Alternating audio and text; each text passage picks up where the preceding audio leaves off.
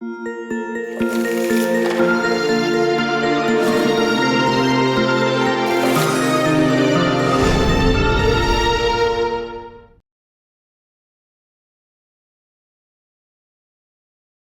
各位请翻到115页。我们这礼拜主要谈积分的应用。那这里面有三小节。我把第一小节摆到最后，就是时间如果来不及的话，第一小节我就不上。那所以我们今天先谈。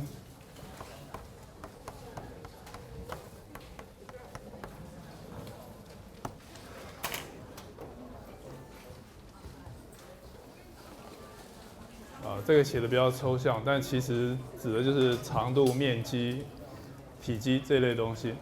好，积分的应用啊，最重要的是黎曼河。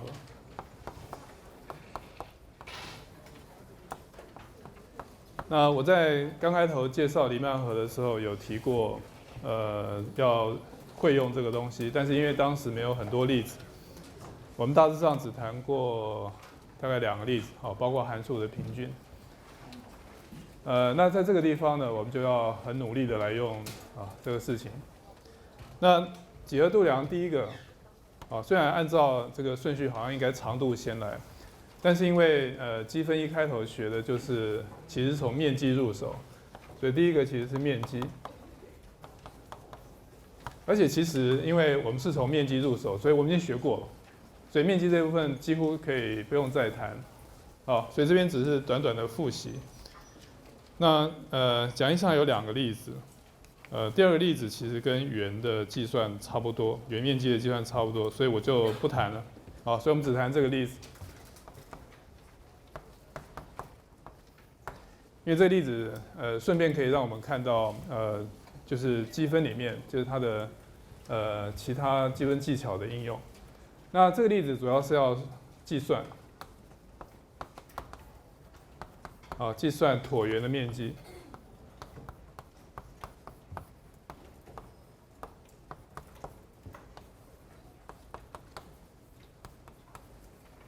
好，那但是我们要利用我们已经知道的单位圆的面积来计算，所以我们先把它写下来。那这是椭圆。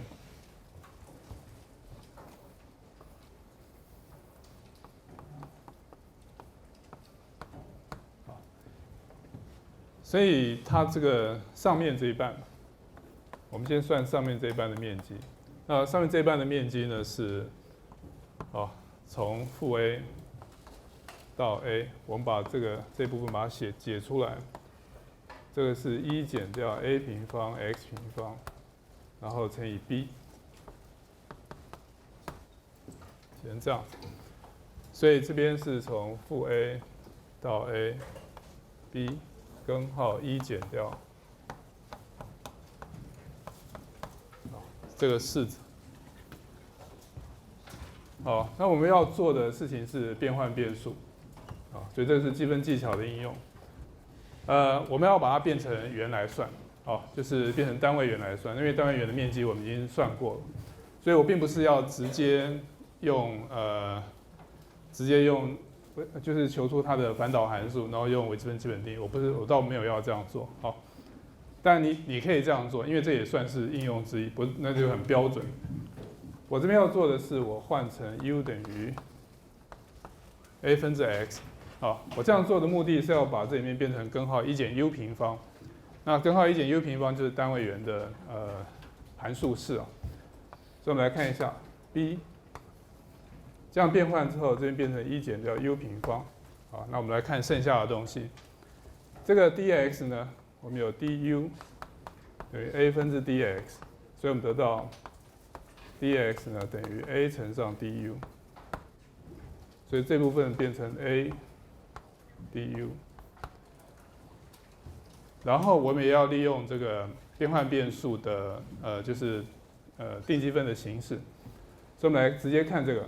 这边是从 a 负 a 到 a， 然后这边是 x， 那这边是 u 的部分，所以代入函数以后呢，注意看这边是 u， 这个是 x， 所以这个 a 带到这边来，好，带到 x 的位置得到1，就得到负1。好，因此呢，整个积分变成 ab 负1根号1减掉 u 平方 du。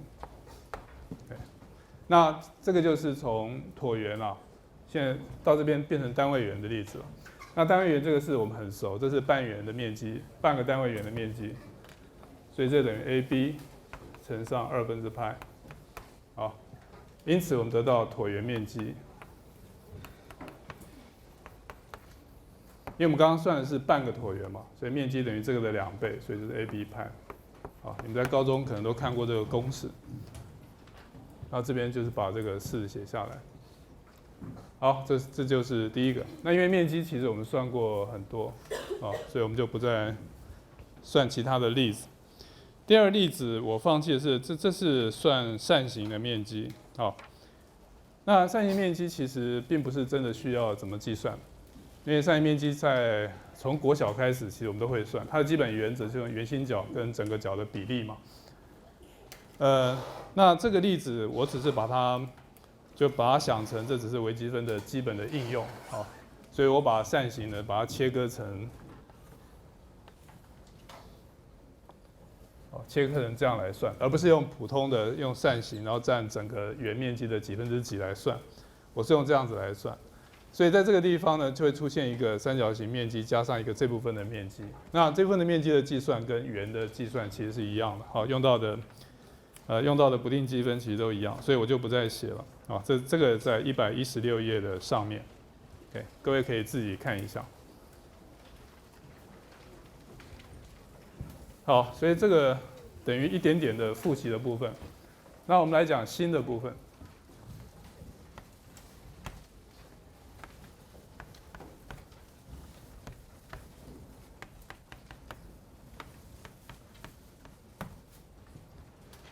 好，曲线的长度。这个刚开头用这个积分的时候，大家都觉得很奇怪，因为曲线的长度明明是一个一维的东西，因为你在学这个定积分的时候啊，因为学得太认真以后，都觉得它就是拿来算面积，所以不能理解为什么可以拿来算曲线的长度。好，所以我们就来看一下这个式子。那譬如说，我们考虑 y 等于 f(x)。我们假设这一点是 A， 这一点是 B， 好，然后我有兴趣的是要算这个曲线从这一点，到这一点的长度，曲线长。那曲线长度呢，其实最重要的是毕氏定理。我们来看好，所以我现在先按照类似。定积分，我先做黎曼河。那我想要做黎曼河，我并不是真的要做那个面积那一块。好，我现在只是模仿前面黎曼河，我把它切成一小段一小段。因为我的基本想法是这样子，好，里面的基本想法是这样。虽然这个曲线是弯的，但是因为我们曾经看过曲线啊，你在每一个点附近，你如果把它放大，好，曲线在放大以后呢，它其实譬如说在这一点。这个位置，你把它一放大之后，它其实会变成类似直线，对不对？这就是我们做线性逼近的基本原理。所以当你一放大以后，它基本上变成直线之后，那个长度呢，大致上就跟直线的长度一样。那直线长度我们会算，因为这是毕氏定理。所以这是我刚刚讲，整个这个计算呢，是因为曲线你把它放大之后，它基本上像直线，那直线的长度我们用毕氏定理就可以算。基本的想法是这样。所以我现在第一件事情就是，我要先把它把我们考虑的东西变短，因为一变短之后就可以大致上用直线来计算。所以呢，跟以前一样，我先做等分割，把它分成很多段，然后这每一小段呢，我考虑这一小段。那假设我分割到够小以后呢，这一段大概是跟直线一样。所以我们来看一下。好，我们把它放大来看。所以把这个把它搬过来。所以这一点呢，其实就是xi 减1 fxi 减1。这一点是 xi fxi。那这个长度我们很会算了。假设它是直线，你就很会算。好，曲线你当然不会，但是直线的话就很会算。所以这个长度呢，大致上，好，就是di段长。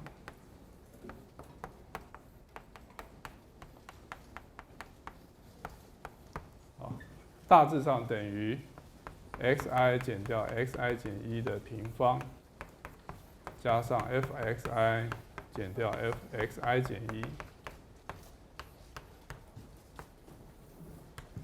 变这样子。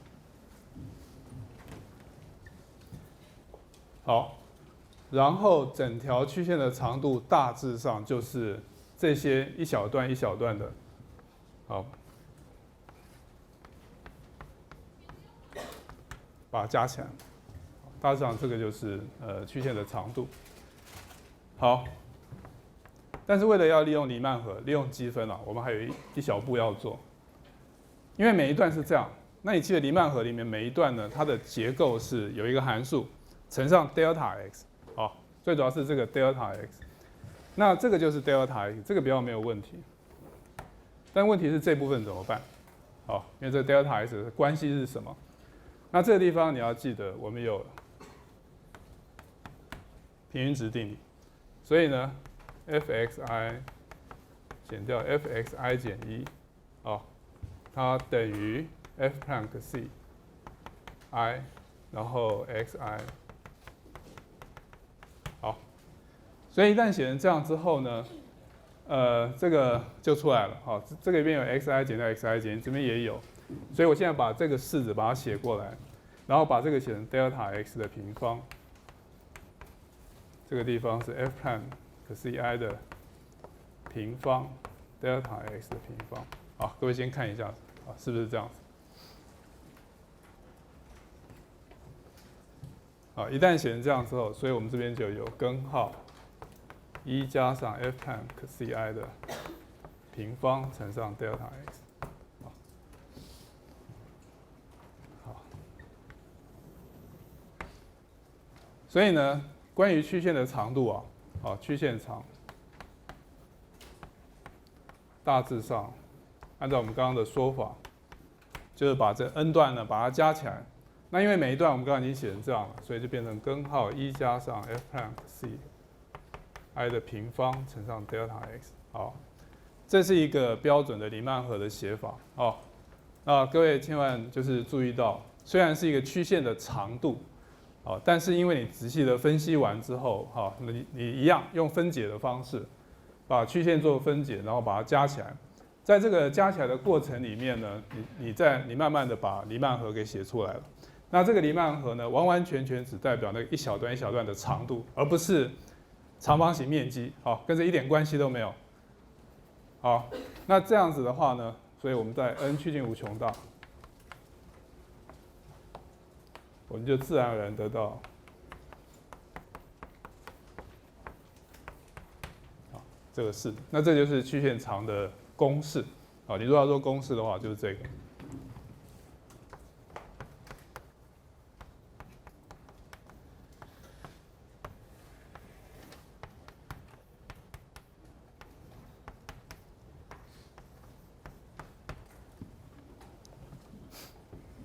那这曲线长其实还有另外一种记法啊，或者说另外一种思考的方式，其实跟这个一样，它只是写法上不太一样。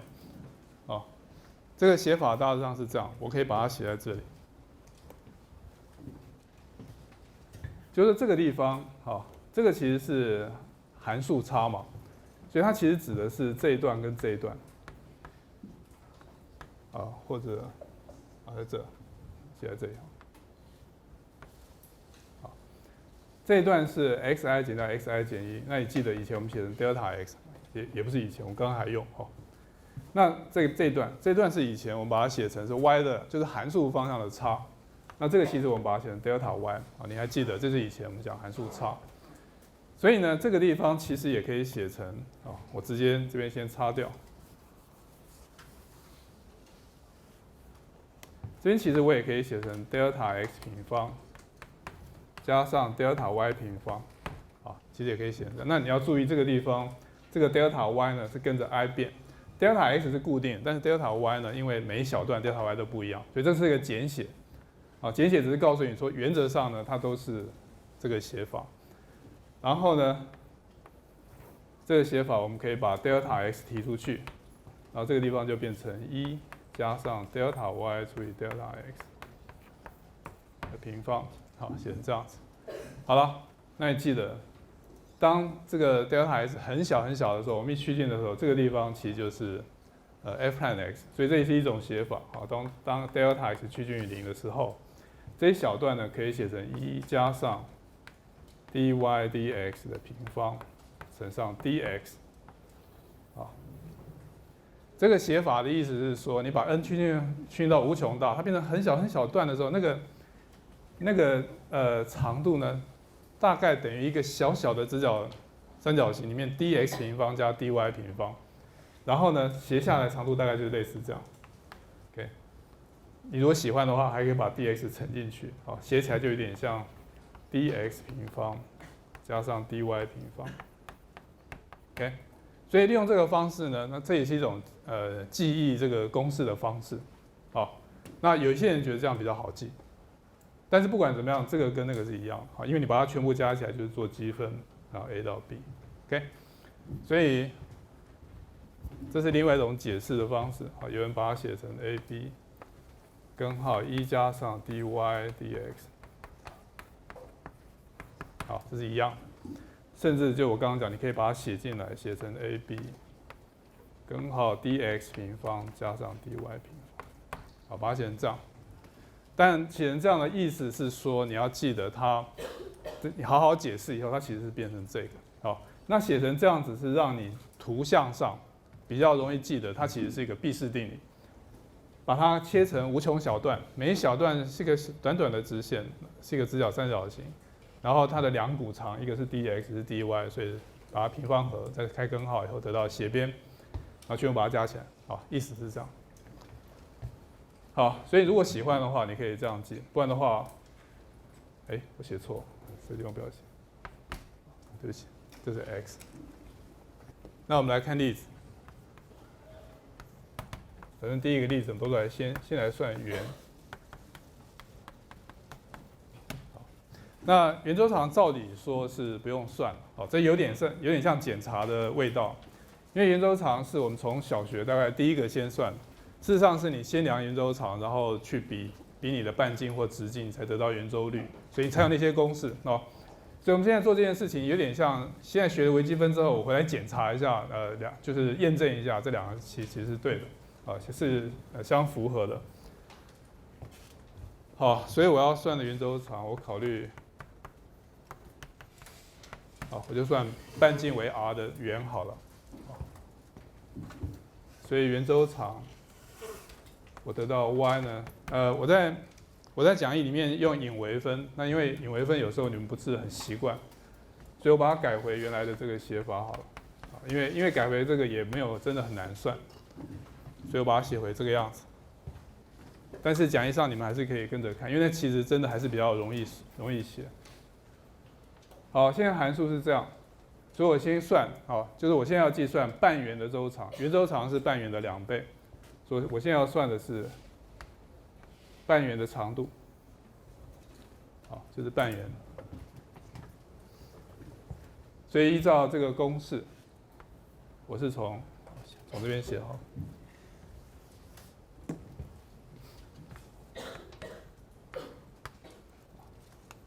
根号1加上，我用这个位置来算它的微分，所以 y' 等于2倍的 r 平方减掉 x 平方负2x， 消掉。好，用引微分，这就是负 y 分之 x 的意思。好，所以这个地方呢变成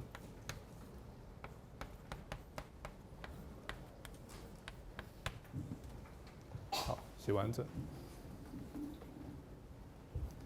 那这个地方很容易看，因为这个平方变成 r 平方减 x 平方，不然我多写一步好了。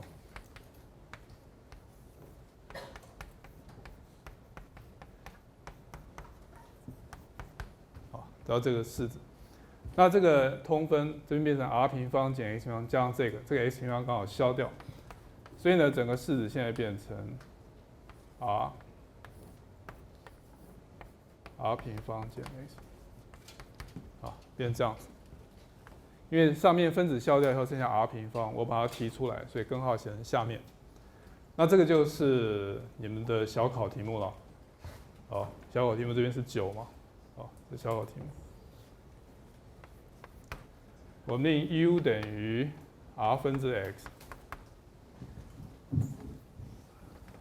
或者你令 x 等于 r 也可以哈，这相当于 x 等于 ru。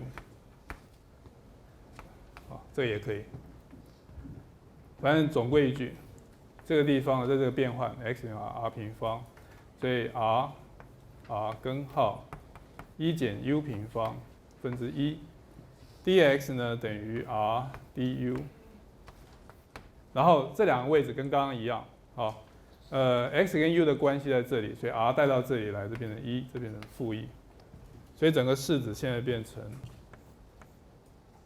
这两个 r 消掉啊，这个 r 在外面，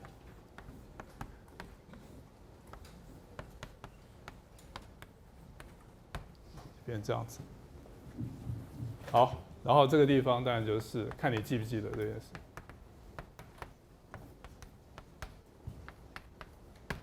1到-1，好，2分之派，所以就是派，所以等于派2。那整个圆，好，所以圆周长。等于派 r，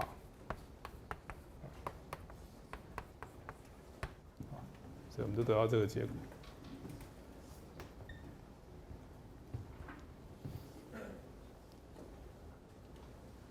好，所以我们验证了啊，圆周长是2派 r， 这是第一个例子。那我应该要提醒你一下，啊，这个曲线长度啊，因为有这个根号在。所以其实积分都很难算，通常都很难算，因为有这个根号在，所以能算的东西寥寥无几，哦，就是你真的能算出来了。我今天讲掉1个、2个习题，还有几个，好，大概没有多少。所以这只是一个原则，我不是说一定不能算，哦，只是说一般来讲，因为有根号，所以圆周长比较难算，相较于其他的。好，那我们来看一下，我要再举一个例子。那这是少数可以算的例子。我要算的是y 等于 log x， 啊，就是 log x 这个曲线，然后我要算它从1，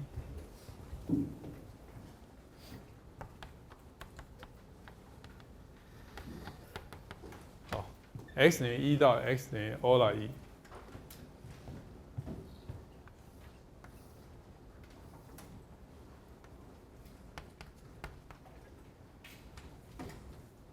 好，我要算的是这个曲线长度。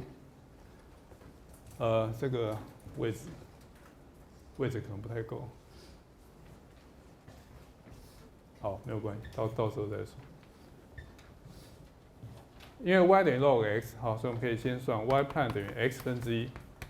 OK，log x 本来看起来很麻烦的，但现在它微分刚好是有理函数，所以给我们一些希望，哦，就是比较可以算。那曲线长度是1加上 y prime 的平方，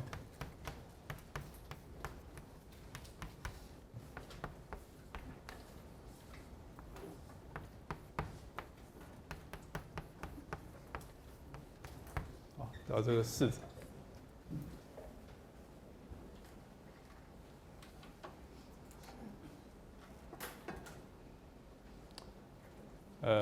我在想我要不要让这个跟着，不然我直接算不定积分好，因为这个跟着比较没有意思，因为答案很复杂。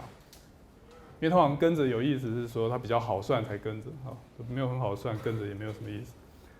所以我们不妨把这个当做不定积分，我们就来算根号1加 x 平方。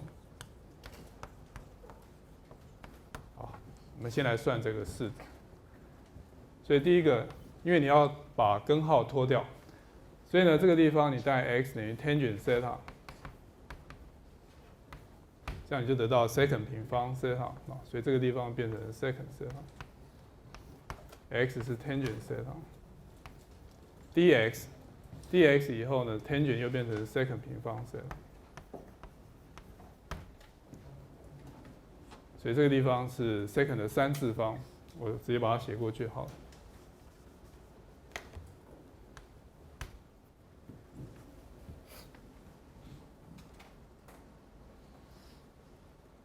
好，我直接都把它换成 sin 跟 cosine， 所以tangent 是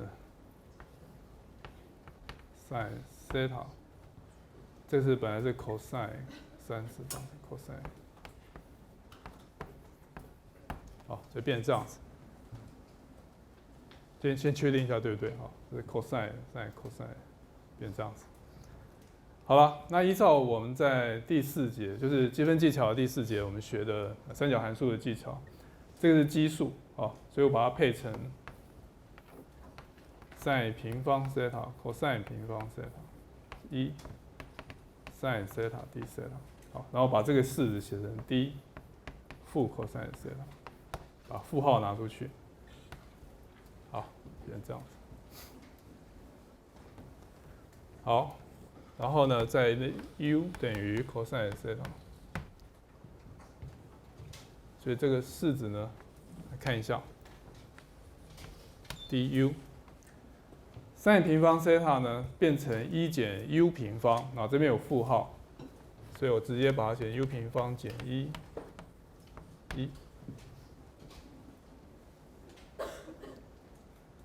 OK。然后这个地方应该用看的就可以看出来，它等于 u 平方减掉 u 平方减1的，还是反过来 u 平方减1方，对，好，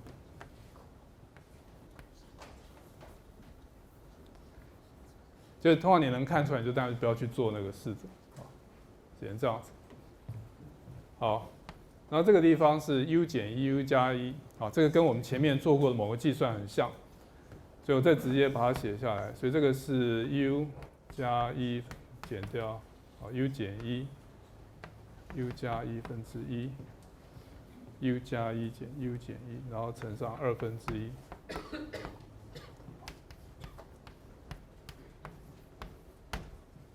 好，变这样子。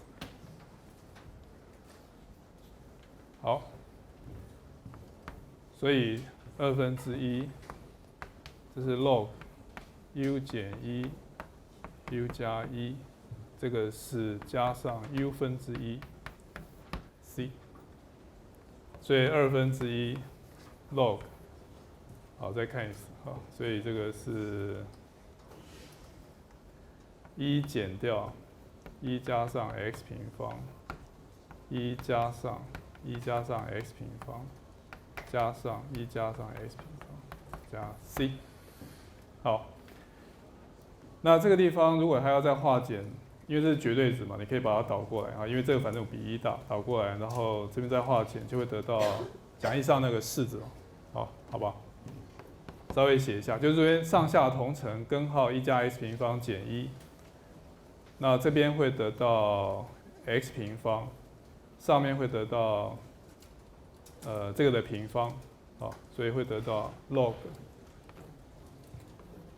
x 根号1加 x 平方减1，绝对值可以不用，然后加上1加 x 平方加 c。这式子很复杂，好，那现在你把它这个，我把它写在这里好了，这个不定积分算完了，好，我们再把长度算出来。所以长度呢等于，我直接看这边比较快，根号1加 x 平方加上 log x 1，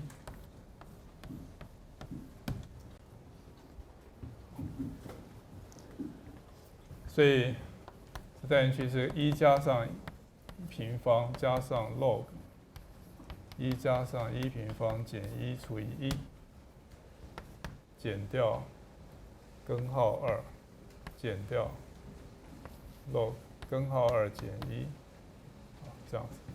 这个地方可以再把它画出去，变成1。这个是这个。那这答案很丑，没有办法，因为这个4本身就已经很丑了，所以也不会好到哪里去。所以代换的结果大概等于这样子，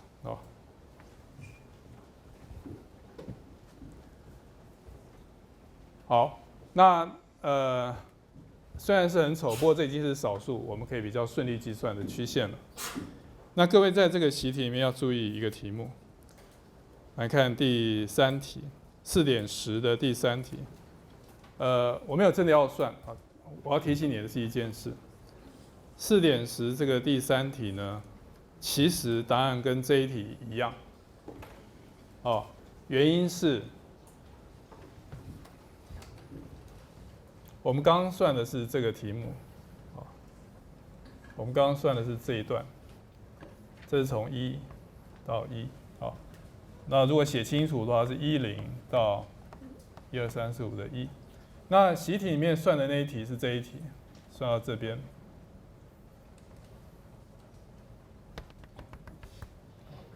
其中这一点呢是1，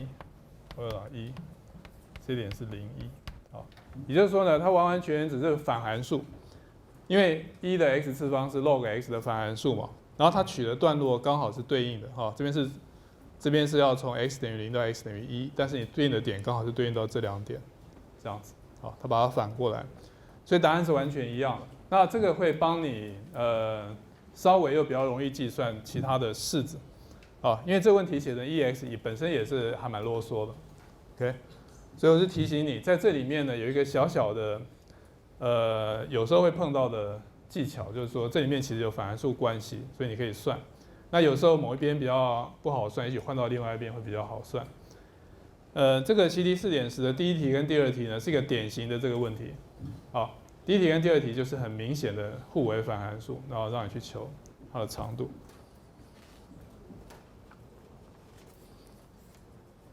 那第4题是一个非常有名的古典的曲线，这个长度是可以算的。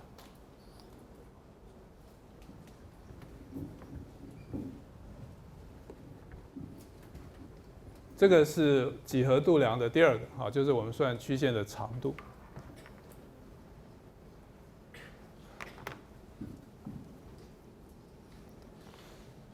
关于这个长度暂时让我们休息一下。关于这个长度，其实我在高中的时候曾经看过一个证明。你们现在对长度很了解了哈，来看一下。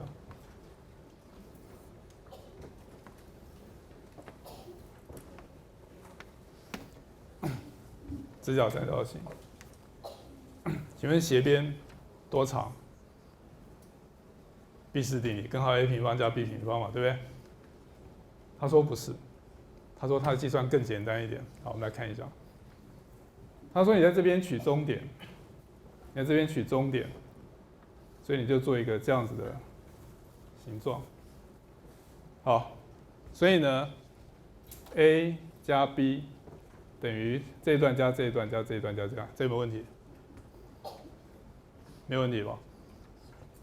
就是这一段加这一段加这一段加这一段就是 a 加 b， 因为我是平行把它移过去嘛。好，完全做一样的事情，再做一次。好，所以现在这一段加这一段加这一段加起来等于 a 加 b， 对不对？好，再做下去。好，所以这边加起来得到那段，目前看起来没什么，请你把 n 趋近无穷大。好，所以你就会得到，好，写下来。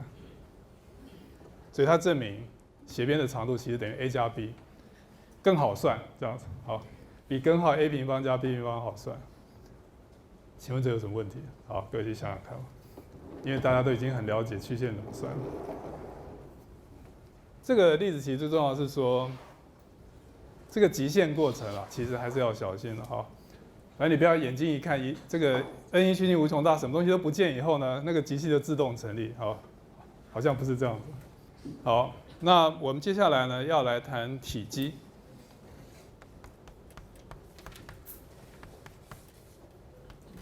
当然，我们现在谈体积不是一般的体积，我随便给你一个立体图形，然后我算它体积。好，因为目前我们只会算一个变数的东西，所以现在目前暂时要来算比较特别的体积。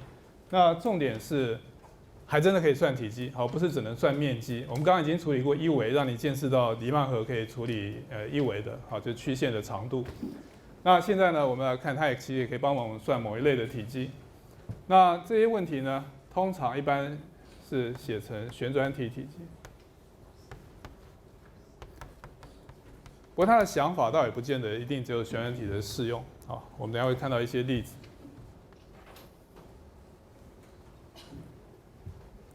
把它画大一点。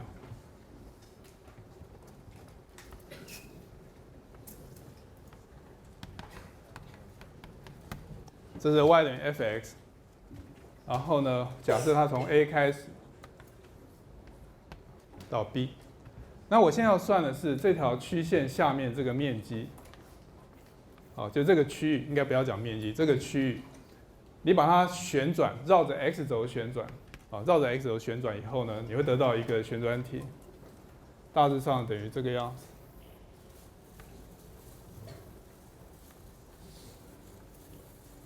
好，得到一个像这样子的旋转体。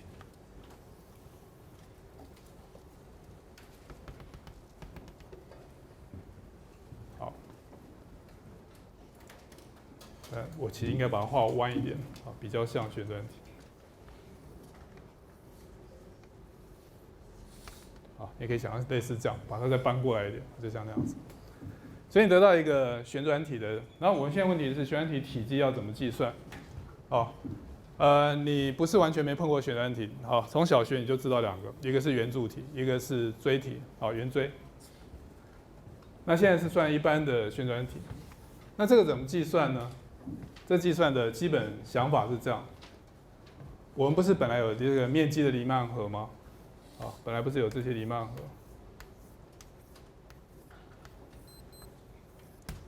所以你现在想象，你用完全一样这些长方形，你也让它跟着转，哦，就是本来你有这条曲线，这条下面曲线的区域，但是其实你同时也会做黎曼河，所以你也有一堆长方形，所以你就让你这些长方形也就跟着转，哦，那在这个跟着转的时候呢，这一小段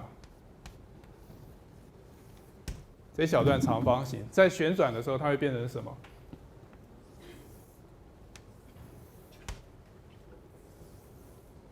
好，它其实就会变成圆柱形。因此呢，在这个地方你可以想成呢，它其实是，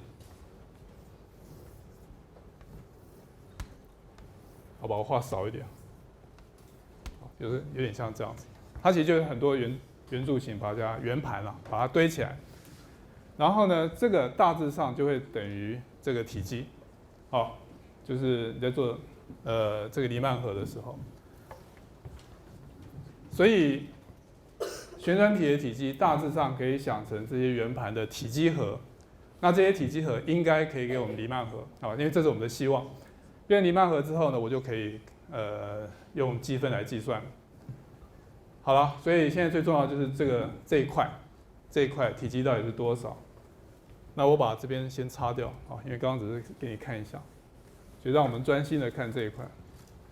这一块呢，我假设是第 i 段，好，这是第 i 段。好，这个圆柱形跟我们常看到圆柱形不一样，好，你们不要搞错，圆柱形的底不是在这里哈，这个圆柱已经反过来了，底在这边，然后高很小，哦，这个高只有 delta x 的长度，这样子。好。然后呢，这一块的高度是多少？那你记得在黎曼河的时候，高度取的是 f 可 c i， 所以这个是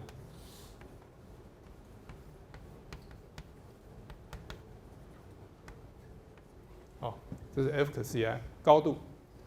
那高度呢，在我们这个圆柱体里面的解释是，它是底面那个圆面的半径。好，所以体积是多少？体积等于 F 可 Ci， 好，底面积是 F 可 Ci 平方乘以派，这是底面积，然后再乘以高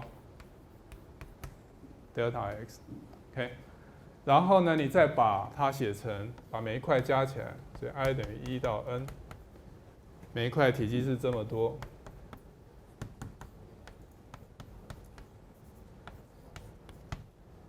好，先这样子。那你可以把派提出去，啊，这倒无所谓。其实派我喜欢写在里面，好，我把它写在里面好了。好，这没问题。这就是每一块圆柱体的体积，我把它加起来，然后它近似于真正的旋转体体积。所以你让 n 趋近无穷大，你就得到它是 a 到 b 派 f(x) 平方 dx。OK。那现在这种例子呢，你就可以看到我们定积分这个符号的好处。好，我已经讲过，定积分的符号是很有几何的感觉的。好，就是说，如果你能够看出这个定积分的意思啊，你其实不太需要记公式。好，就是因为你有那边的想法。你现在看这是什么意思？这意思就是说，你把它割到很细很细的一片的时候呢，这边有一个小小的圆盘，这圆盘的高度呢就一点点，叫做 dx。好，这是 dx。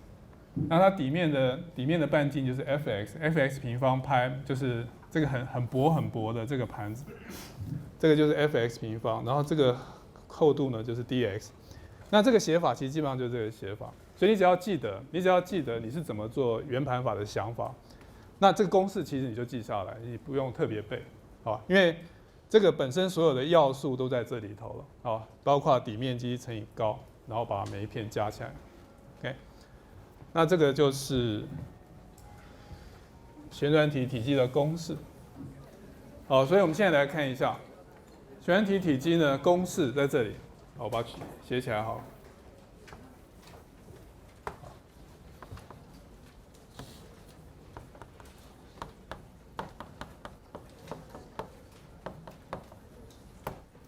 所以我们现在算求体积，求体积是一个。我们其实知道公式是什么，但是没有真的我想一般同学很少知道说这怎么算出来，这跟圆面积不一样。圆面积我们以前还多多少少用某个方式去说明过。那我们知道圆的体积是4/3派 r3/4方。我们来看一下为什么是这样。所以第一个是球可以想成是圆，然后做旋转，因为圆是平面图形里面最对称的，球是立体图形里面最对称的。好，那这个对称表现在它这个地方呢做旋转，旋转以后呢就会得到球。好，所以这个地方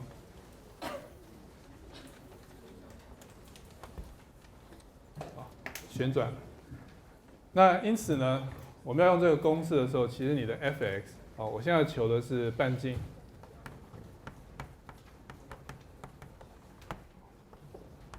半径等于 r 好了，因此这个函数我们要用的是 y 等于 r 平方减掉 x 平方，然后去做旋转。那我们来看一下这个公式。所以依照这个公式呢，我得到它是负 r 到 r 派 f(x) 的平方，所以变成 r 平方减 x 平方 dx。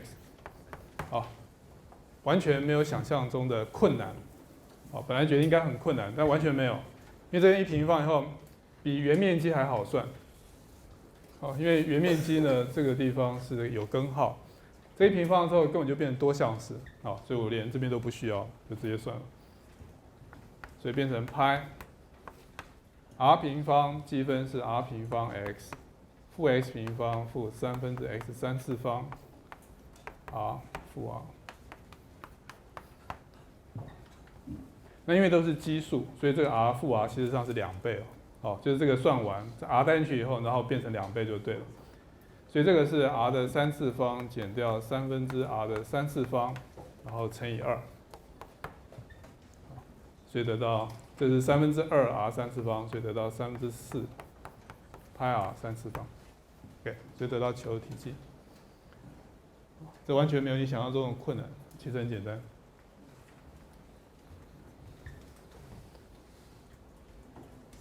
好，那讲义里面有很多习题可以算，比较要注意的是习题4.17，好，因为这个比较不一样。习题4.11就是我所谓你用圆盘法啊，这个方法有时候叫圆盘法，因为它看起来像圆盘嘛，啊，这是圆盘法。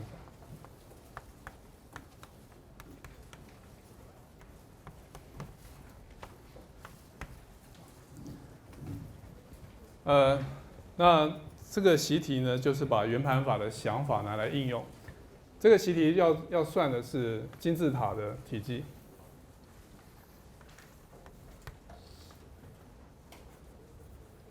太偏了。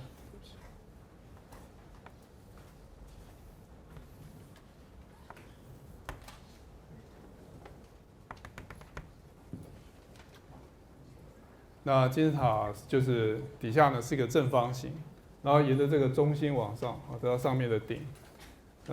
你可以考虑这个是 A 啊，这边长是 A， 然后高度是 H， 就是这样。那请问这体积要怎么算？这体但有现在你们高中现在可能没有学到那么多，好不好？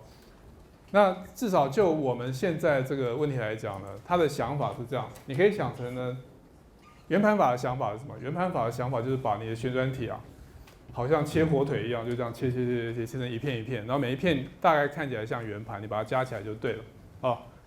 所以这个地方也一样，你现在呢，当然不是这样切，好，平着切，使得这每个切上去呢都是一个正方形，有没有？就切上去都是一个正方形。然后你用圆盘法的想法，你假设呢这边每一小块呢有一个厚厚的高度，好，就大概得到类似这样子的东西，然后一片一片一片把它叠起来，这就好像披萨，哦，10寸的披萨、9寸的披萨、8寸的、7寸的，一直往上堆，把它叠起来。叠起来以后呢，就会得到一个类似这样的东西。然后把它体积算一下，然后再让 n 趋近无穷大，好，让这个披萨的厚度呢慢慢越来越薄，然后加起来就对了。那这面其实最重要的是要处理，当你随着高度，就是 h 这个高度慢慢往上，譬如说这个是 x 的时候，请问你这边的正方形长度，边长大概是多少？你最主要是要处理这件事，只要你会处理这个问题就很简单了 ，OK。那这个想法就是圆盘法的想法，虽然它一点都不是圆盘啊。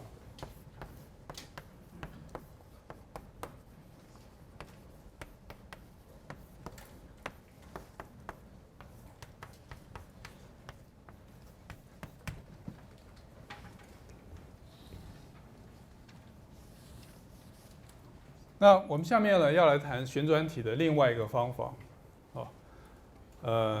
其实大家后来会经常搞混，预计每次搞混都在30%到40%。第二个方法我们通常叫壳形法，比较具象的写法是叫洗衣机法，叫 washer method， 就洗衣机那个脱水槽。脱水槽是转这个样子，它是这样转嘛，对不对？不过现在洗衣机什么样子？好吧，古代洗衣机我不晓得现在洗衣机不知道什么样子。就是有一个类似圆柱体，但是有一个厚度的圆柱体，那中间是空的，是利用这个来想。好，我来解释一下。这次我把它转一个方向，放成这样好了。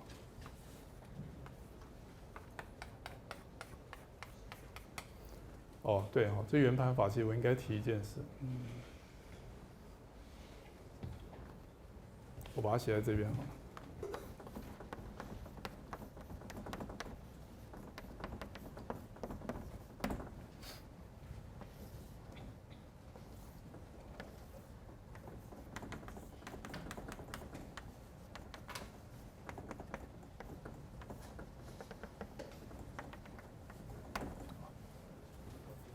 就是稍微推广一下，假设你现在不是这一整片在旋转，啊，刚刚因为是一整片旋转，所以整个绕起来有点像圆柱。但是你可以考虑，好像我们小时候常做的题目，就是圆柱从一个圆柱里面再挖掉另外一个圆柱，那个想法完全一样。你现在考虑，你事实上要旋转只有这一块，好，你要算的旋转体是这一块，然后绕着这个绕一圈以后所得到的体积，所以看起来有点像这个样子。啊，然后这边可能有一个空，这样，然后中间是空的，啊，那这个想法很简单，所以它其实只是就跟你小学用的方法完全一样，就是把外面的筒子先算一遍，然后减掉里面的筒子，然后减掉以后就是体积啦。所以这个公式写起来其实很简单，就是 AB 好派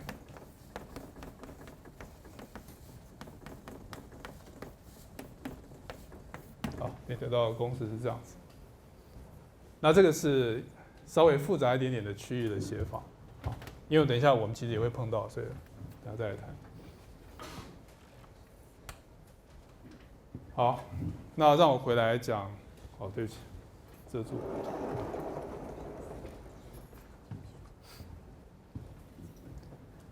那我们刚刚不是有这些，等一下应该先讲，好，我要往哪边转？我刚刚是往 x 轴转，对不对？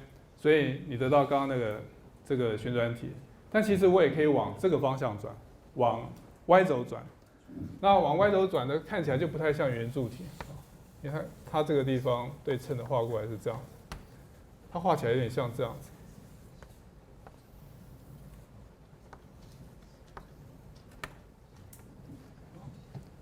就是这个地方，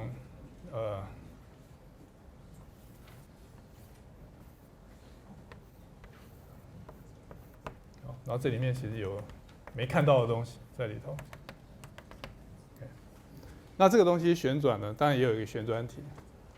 那这个方法啊，不应该不是说方法，就是这个旋转体其实也不是说真的不能用圆盘法做。如果你要用圆盘法做，意思就是说你把这个刚刚你绕 x 轴的那个想法，把它反过来，从这个方向想。因此你要处理变成这个函数呢，你要写成这个方向，然后这个方向。但是因为这边有这一根线啊，所以处理起来比较复杂。好，所以记得你反正不管怎样，你总是可以用圆盘法来处理，只是说这是比较复杂。如果你用圆盘法，不是那么自然，所以我现在才讲另外这个方法。OK。好，那另外这个想法里面呢，我并没有更动哦，我还是原来一样的函数 y 等于 f(x)， 我也没有要更动黎曼河的写法，就是说我还是用这边的长方形，哦，这样子。然后你现在开始想，这个长方形如果跟着它去转，它会变成什么样子 ？OK。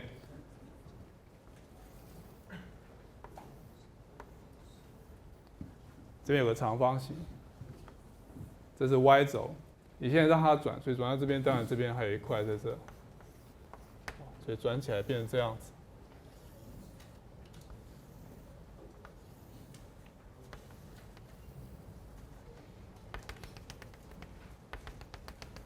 好，好，所以转起来其实长得像这样子，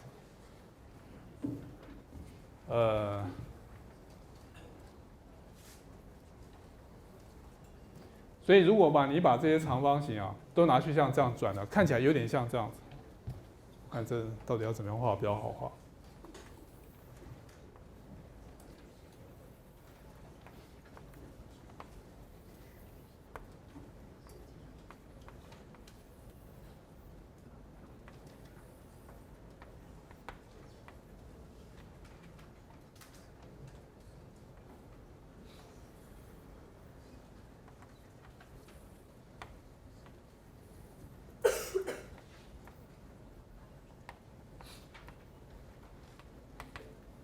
有点像这样子，就是一个管子，再接一个管子，再接一个管子，然后一直套进去。好，因此呢会变成好吧，假设这是最上层好了，这样子，所以就会变成好几根管子全部套在一起。好，就是这个旋转体呢，可以用像这样子的东西来逼近。那它逼近的元素就是这些管子，不同的厚度高度的管子，然后把它接在一起。所以接下来是你要怎么样去推导在这个情况之下的黎曼河。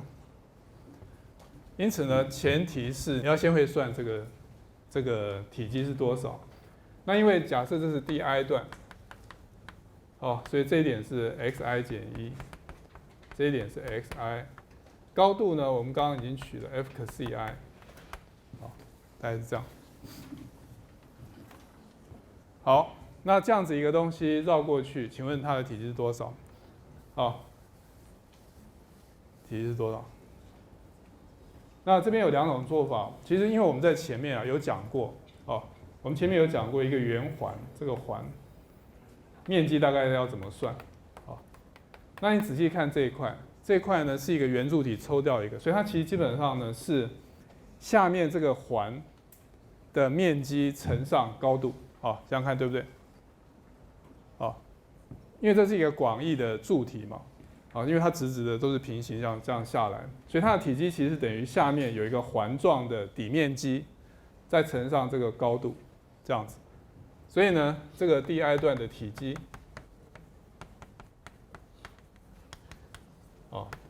因为这边你们比较不熟，我把它写底面积乘以高，因为它是一个广义的柱体。然后底面积呢，其实就是这个环状。这个东西，然后其中呢，这一段是 xi 减1，这一段是 xi， 然后乘上高度是 f 可 ci， 这样子。这个环状的面积呢，其实我们以前多少算过，我不知道你还记不记得，就是我如果用线性逼近去看待这个环状的面积的话，它大致上等于圆周长乘上它的这个厚度，所以它大概等于2派 xi 减1，或者 xi， 或者你用 xi 也没有关系，乘上 f 可 ci， 这样子。你如果不喜欢的话，你就直接算嘛，你如果不喜欢，那我们就直接算 xi 平方派减掉 xi 减1派等于 xi 减掉 xi 减1。乘上 xi 加上 x， 我这边写加好了，写减，这样子。然后这个就是 delta x， 这个呢可以写成派的2倍的 xi 减1加上 delta x， 这样子。这写一下就知道，因为 delta x 是 xi 减掉 xi 减1，所以带进去刚好相等，所以乘进去以后大致上等于2派。xi 减1 delta x 加上 delta x 平方派，这段我们把它忽略，这就是这个式子，这样子。那因为上次我们已经解释过了，所以我本来想说就很快把它带过去，这样子。所以这是第 i 段的体积，所以我们把黎曼河写下来。我们现在把一段。这些管子的体积把它加起来，所以 i 等于1到 n 2派 xi 减1 delta x 乘上 f 可 ci。但是为了让它看起来比较像黎曼河，我把 delta x 写到后面，写成这样子。因此呢，在 n 趋近无穷大的时候，它就变成从 a 到 b。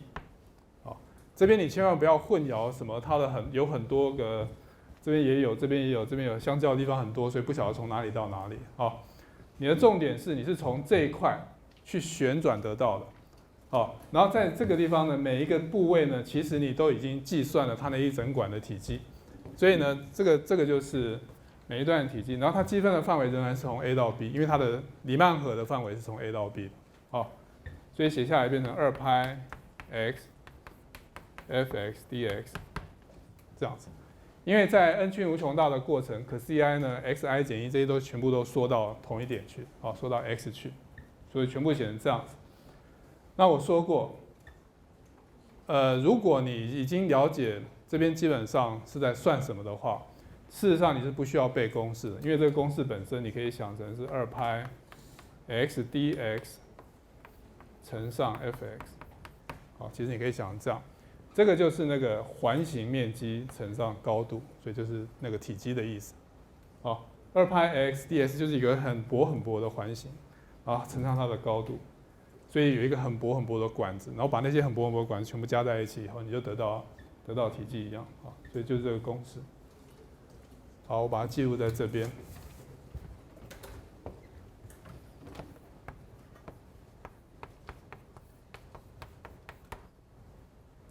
2派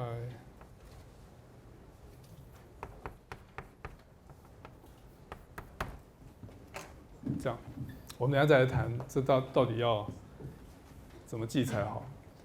因为你在做这些问题的时候啊，因为题目很可能又出成 x 跟 y 倒过来，所以有可能你在做旋转的时候，因为你现在在做这个题目的时候，你千万不要记成往 x 轴转就用圆盘法，往 y 轴转就用可行法，这样子绝对不行。哦，因为我题目很可能出成反过来 ，x y 倒过来，所以有可能你在往 y 轴转，其实要用圆盘法，然后往 x 轴要用可行法。好，到目前为止大家更加糊涂。好，就是说这个地方其实你怎么用这个方法，你要仔细去想你到底是怎么绕的，好，这才能决定你到底要用圆盘法跟可行法。好，我们等一下再来谈。我们先看例子。例子呢，我们再来看球体积。好，我又再来算一次球体积，但是呢，这一次球体积啊，我要想成呢，它是这样转，啊，从这个方向转过去，但这个跟我们刚刚那不太一样啊，所以这个地方其实我们要做一个类似这边的事情。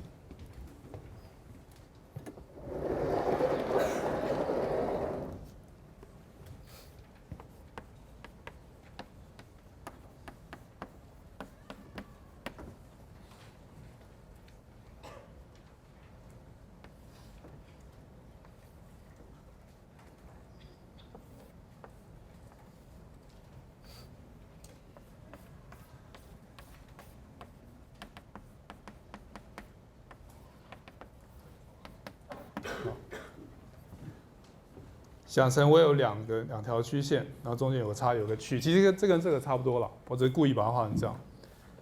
然后呢，这个东西现在假设往 y 轴旋转，往 y 轴旋转的时候，这个体积要怎么算？那你现在开始回想我们刚刚怎么做这个东西，那其实重点是那个长方形，那这个长方形其实在这，就你用的其实是这一段，然后让这一段呢去绕一圈。然后其他的地方其实也是一样，就是用这些长方形分割把它做出来。那这就是我们在最开头讲黎曼河的时候讲，如果你有两条曲线相减的时候，其实你可以把它想成这个长方形啊，可以上下摆，反正把它摆好就好了，这样子。所以它不见得下面要切齐，这是我的意思，你就上下摆。所以按照这个写法，其实意思就是说，你一旋转以后啊，这个管子呢可能就不像刚刚那个管子摆得好好，全部摆在地面上。而是在这个地方管子悬空的，有一些是下来一点，上去一点，下来上去这样子，就摆在就更有趣一点。那在这情况呢，这个高度，这个高度是 f(x) 减掉 g(x)，按照我们以前的长方形的写法，因为这是 y 等于 f(x) 是 g(x)， 所以这个高度，那既然是这样子的话，我们可以用刚刚的式子，所以得到2派 x f(x) 减掉 g(x) dx a 到 b， 好，那这就是广义的可行法，就是如果你不是下面刚好是0的话，广义的可行法写起来是这个样子。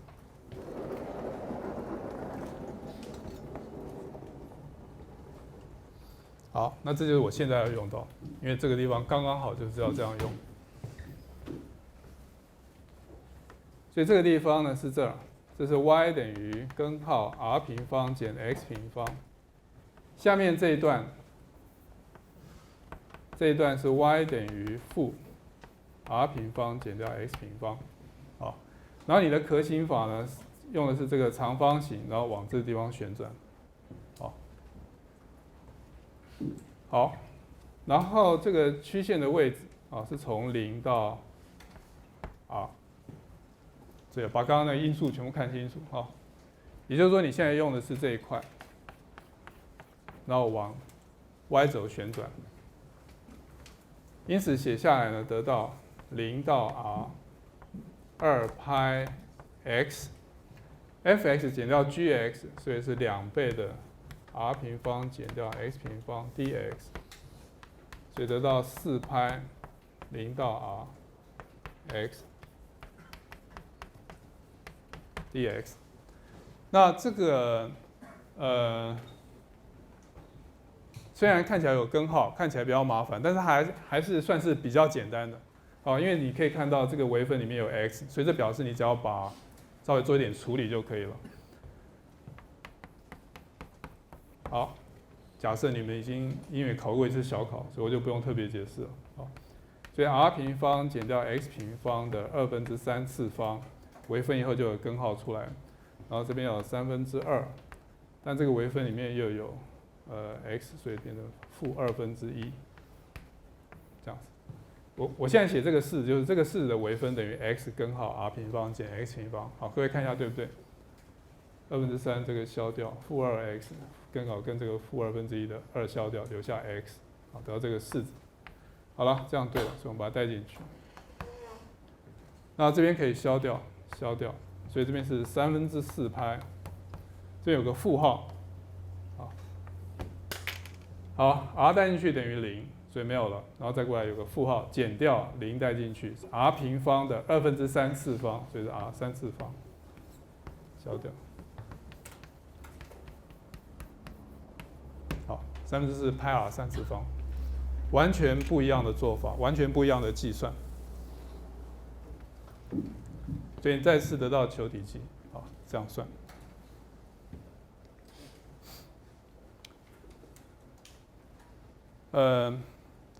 很多同学后来总是会问我说，到底这个什么时候用可行法，什么时候用这个圆盘法啊？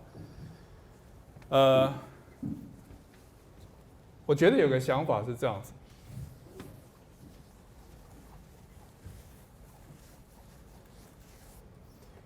就是你要去想的是，当你在做旋转的时候，你到底是因为你在做这个东西的时候，牵涉到譬如说 f(x) 减 g(x) 的这两个东西啊，其实里面都牵涉到你的长方形要怎么摆。好，所以里面一定有长方形这件事，你一定要先想这件事。那这边是 delta x 的部分，好，这是比较小的部分。如果你绕的方向是绕着 delta x 方向去转的话，这个是圆盘法。好，如果你绕的方向是垂直于 delta x， 也就是说是另外这个长方形这个边的时候，它这个一定是可行法。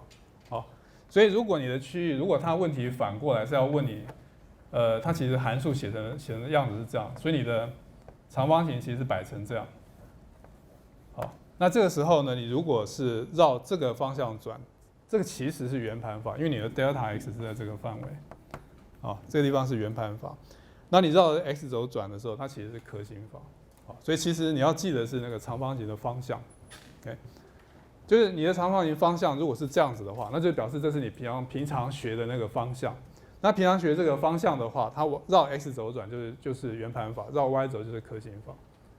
那这个方向是刚好 x、y 角色颠倒的方向。好，那你只要依照这个原则，你基本上记起来就不会错。好，那问题只是说到底怎么样算比较好算？那这个你要去算一些题目才知道。